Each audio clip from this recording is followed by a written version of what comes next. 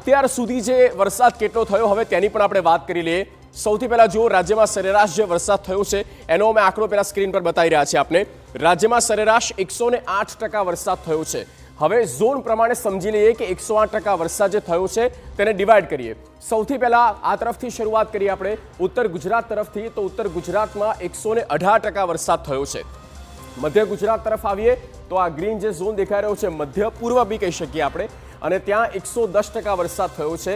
અને નીચે દક્ષિણ ગુજરાત, નવસારી, વલસાડ ગણી લો, વાપી છે, આ ઉપરાંત ભરૂચ છે, સુરત છે, એટલે કે દક્ષિણ ગુજરાત છે ત્યાં 111% વરસાદ છે। તો આ ઉત્તરથી દક્ષિણની વાત કરીએ। હવે આપણે વાત કરીએ કચ્છ અને સૌરાષ્ટ્રની, તો સૌરાષ્ટ્રમાં થોડું ડિસઅપોઇન્ટિંગ ચોક્કસ છે, 93% વરસાદ છે।